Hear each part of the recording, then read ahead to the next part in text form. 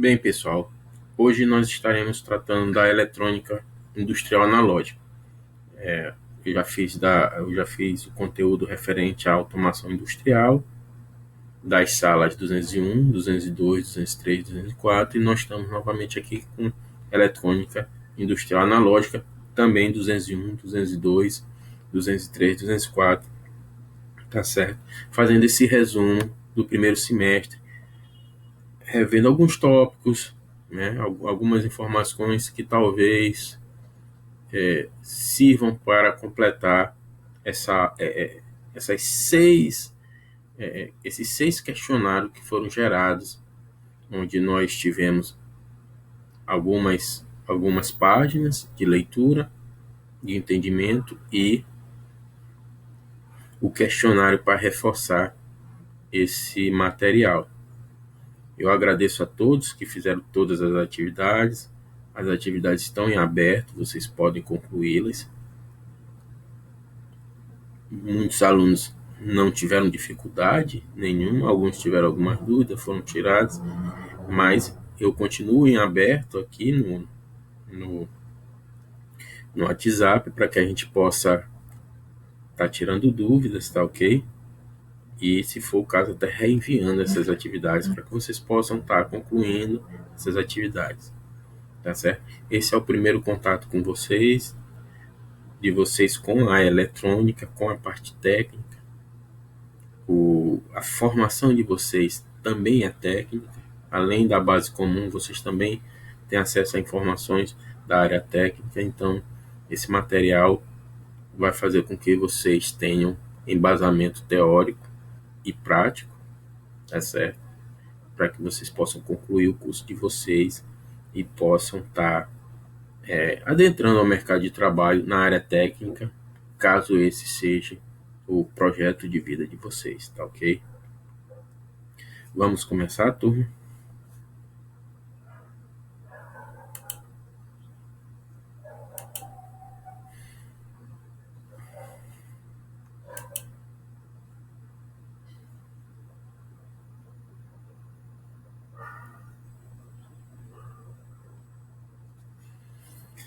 Então, nós começamos aqui com as ferramentas utilizadas. Nós utilizamos a apostila, no caso a apostila da Escola Estadual de Educação Profissional Ensino Médio Integrado, Educação Profissional Curso Técnico em Eletrotécnica.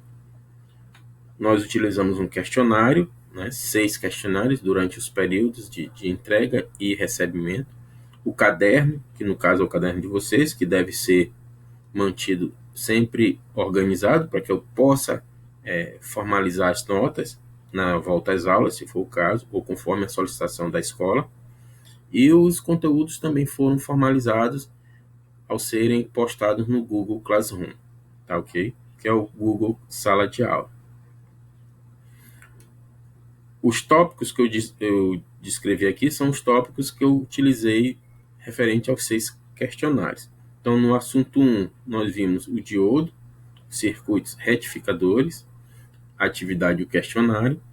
No assunto 2, nós vimos átomo e dopagem, tá ok? Eu já utilizei outra apostila, a apostila Fundamentos de Eletrônica e Eletrônica. Aqui é o nosso link para acessar a apostila, tá ok? E vamos continuando. Assunto 3, nós voltamos novamente à apostila inicial, onde vimos diodo ideal, mais os questionários e a atividade de questionário. O assunto 4, fotodiodo, o LED. O assunto 5, termistores, mais atividades e questionário. E retificadores, tá ok? Vamos continuar. Eu fiz um tópicozinho aqui referente aos equipamentos de medição e testes. Então, eu deixei alguns vídeos, alguns slides durante esse período, onde nós vimos o uso na prática dos osciloscópios, dos protoboards, que são placas onde você pode estar inserindo componentes e fazendo medições. Você pode estar inserindo um diodo, inserindo uma fonte e fazendo essa leitura. O uso do multímetro digital, que é um equipamento basicamente que é primordial para o uso na elétrica, tanto na elétrica, na eletrônica, como na elétrica normal do dia a dia. O multímetro faz parte desse como ferramental. E diodos para testes, tá certo? Então, essa é a parte prática. Com certeza vai precisar desses equipamentos, tá certo? Então vamos fazer nosso resumo, tá certo? Voltamos a informar sobre o que nós utilizamos: a apostila, questionário, caderno e o Google Classroom, tá certo? Onde o material utilizado pela escola, professor, aluno, para formalizar, qualificar, gerenciar e otimizar o desenvolvimento do conteúdo, que caracteriza-se principalmente pelos primeiros contatos com o mundo da eletrônica, seus termos e seus componentes, suas utilizações. Então, como vocês, nesse primeiro semestre, começaram a ter os primeiros contatos com a eletrônica, então a apostila que foi adotada pelo professor é uma apostila de fácil leitura, de fácil acesso, onde os conteúdos, o conteúdo da eletrônica requer uma certa atenção, mas que não é algo fora do que vocês têm capacidade de estar desenvolvendo. Até porque vários alunos conseguiram, né, fazer esse tipo de atividade, que é ler a apostila, identificar o questionário, as questões e responder o caderno. Então, esse protagonismo, essa autonomia, né, que é uma característica técnica, foi muito bem vista. Eu percebi, eu fiquei muito feliz com a capacidade dos meus alunos do segundo ano, de conseguirem fazer essas tarefas que já requer uma certa dificuldade, né? Mas foram muito bem, responderam os questionários, tá certo? As dúvidas foram tiradas e o processo todo andou conforme o que estava planejado. Então vamos lá. No assunto 1, nós começamos a tratar do diodo, né, que faz parte dos circuitos retificadores. O aluno, nesta etapa, vai ter novamente contato com os conhecimentos da eletrônica atômica do átomo, sua constituição e reações químicas, relacionada com suas características físicas e seu comportamento à passagem da corrente elétrica. Entendeu que o processo de dopagem cria na estrutura do átomo de silício impurezas doadoras e aceitadoras. Então, pessoal, nesse primeiro momento, o aluno que até então conhecia o átomo através da leitura teórica, ele vai ver que, principalmente no caso do silício, né, que tem em sua última camada de valência 4 elétrons, vai fazer com que esses 4 elétrons vão entrar em comutação, vão entrar em organização com outros elementos, que é o caso do processo de dopagem, chamada também de impurezas doadoras e aceitadoras. Então, essas purezas é inclusão nos átomos de silício, né, numa barra ou numa substância de silício, num aglomerado de silício, de algumas que a gente chama de impurezas, que são outras substâncias que vão fazer com que esse átomo de silício, que inicialmente tinha as propriedades de isolante, pois ele não tinha elétrons não tinha elétron em sua superfície, que causaria a propagação, né, da energia elétrica. Agora, com a impureza, ele começa a ter essa propriedade. Por isso, ele é chamado de semicondutores. Então, vamos continuar. O diodo é constituído de cristais intercalados de impureza aceitadoras e doadoras, ou seja, de cristais tipo P e cristal tipo N, onde obtém-se uma junção PN. Então, essa junção PN, produzida através dos cristais P e N, oriundos das impurezas aceitadoras e doadoras, nós vamos ter o diodo. Então, essa característica de possuir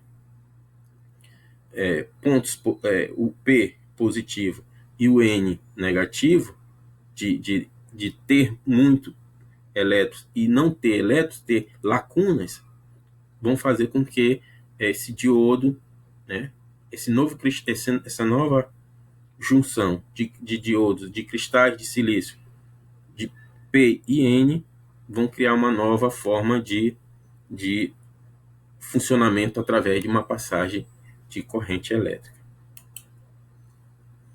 Assunto 2. Nós vemos o átomo e a dopagem. Então vamos lá. O diodo ideal em primeira aproximação.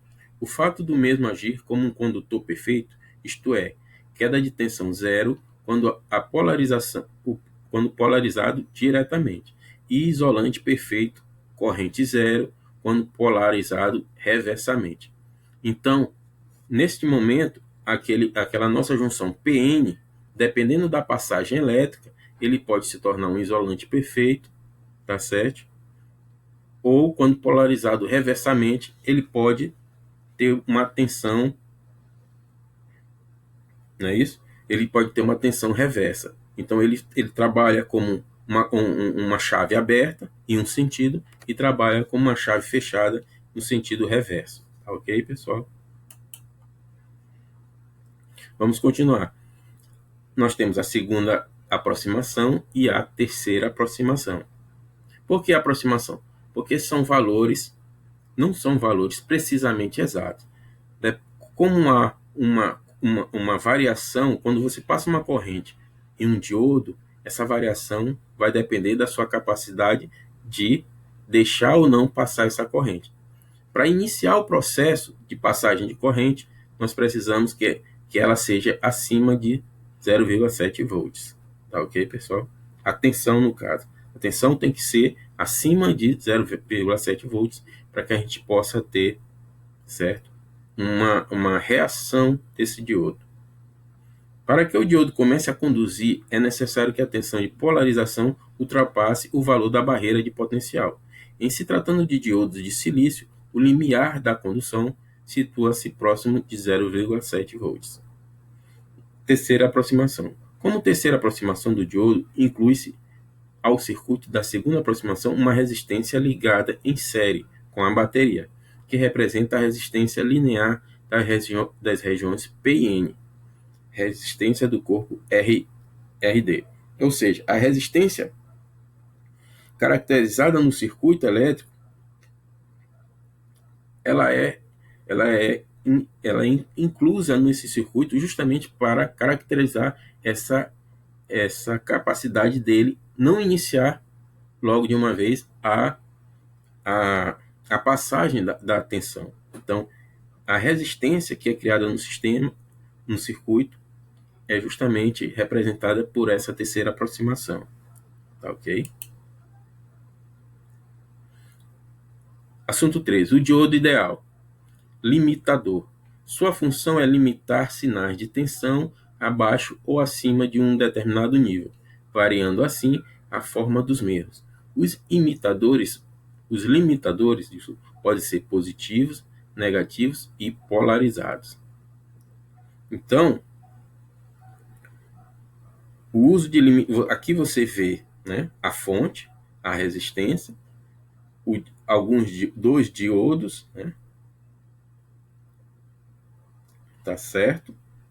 E mais outra resistência. Então, o que nós vemos aqui? Nós vemos um circuito. Esse circuito é feito para nós analisarmos a tensão, certo? A passagem dessa tensão na curva onde temos a tensão e o tempo, tá certo? O que nós vamos ver aqui? Nós vamos ver sempre uma curva positiva e outra negativa. Na maioria das vezes a gente quer eliminar essa negativa para que se torne uma corrente contínua, né? O diodo também é utilizado para manter uma corrente contínua, ou seja, que a gente tenha só o positivo, tá certo? No assunto 4, nós tivemos nós tivemos os primeiros contatos com o fotodiodo, ou o LED. Então, o LED, ele vem do princípio do diodo, tá certo? Só que ele é caracterizado pela luz, ou pela recepção da luz, pela identificação da luz, ou por gerar a própria luz, tá ok? O LED difere dos diodos comuns pelo fato de que, quando polarizado diretamente, ou seja, quando nós temos uma tensão passando pelo diodo, irradia energia em forma de luz, enquanto nos diodos comuns ela é irradiada em forma de calor, tá certo?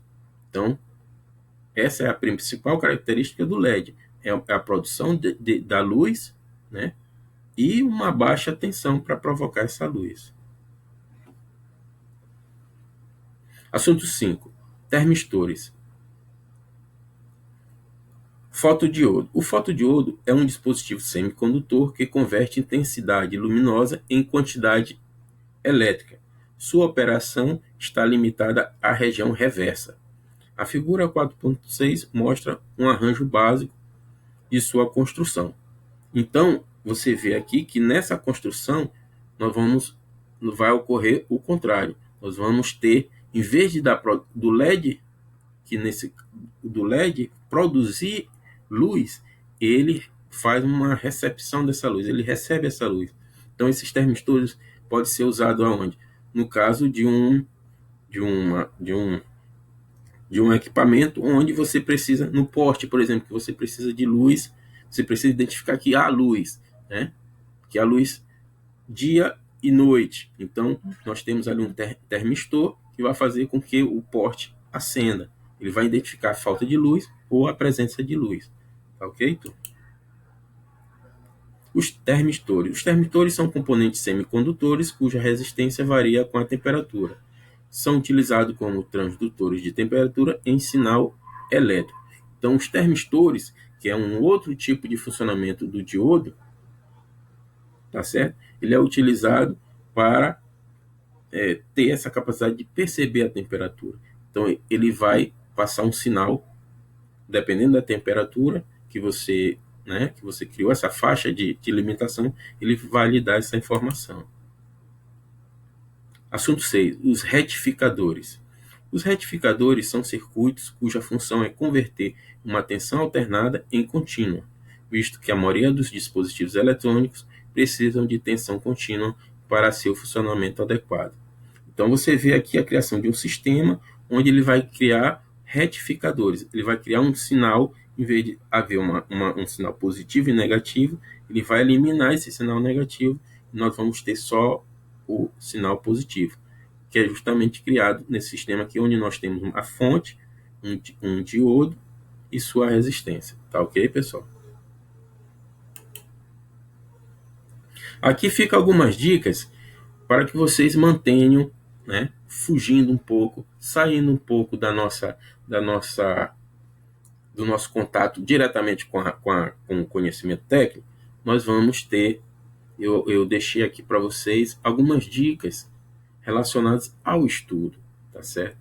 Que agora, além desse primeiro contato com a elétrica, com a eletrônica, vocês também têm que ter essa capacidade de manter-se, né? Manter-se estudando, buscando conhecimento. E para isso vocês têm que ter uma disciplina, uma didática eficaz. Então eu vou deixar 4 dicas aqui para vocês que vocês podem utilizar, que realmente vai dar um foco nesse tempo que nós estamos vivendo, até o tempo de pandemia também, que nós precisamos de uma rotina, tá certo? Até para manter o cérebro recebendo informações saudáveis, tá certo? Sempre buscando essa qualidade de vida que a gente precisa manter, né? Nós precisamos nos manter saudáveis, tá ok? Vamos lá. Na dica 1. Autoexplicação. Na prática, trata-se de ler o conteúdo e explicá-lo com suas próprias palavras para você mesmo. Então, neste caso, você lê o conteúdo, você pode falar em voz alta, olhando no espelho, falando um pouco mais baixo, mas você, ao processar a fala, você está você tá absorvendo também essa informação. Então, é uma forma eficaz de você, né, absorver mais profundamente o conhecimento. Dica 2. O principal benefício da intercalação de disciplinas, como já havíamos observado, é fazer com que a pessoa consiga manter esse tempo, mais tempo estudando. Ou seja, quando você intercala disciplinas, matemática, filosofia, português, ciências, então você vai intercalando, tendo um momento de descanso, você vai moldando, né, esse tempo de estudo para que ele fique cada vez mais longo, para que você tenha prazer durante esse período que você vai estudar, dependendo de 3, 4, quantas horas, 5, 6, quantas horas diárias você estuda, tá ok?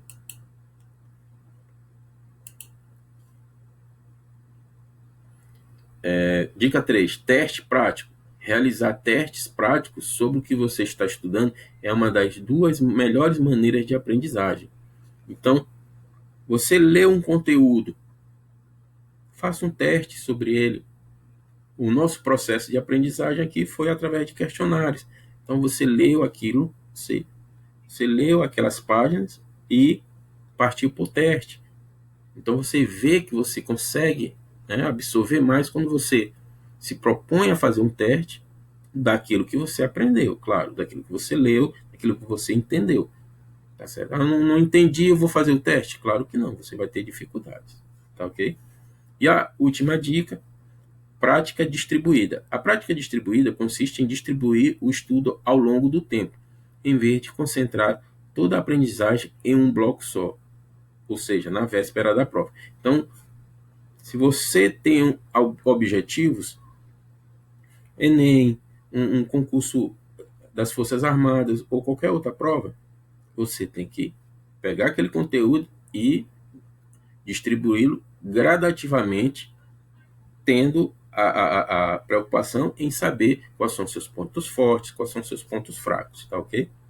Então, pessoal, nós vamos ficar por aqui.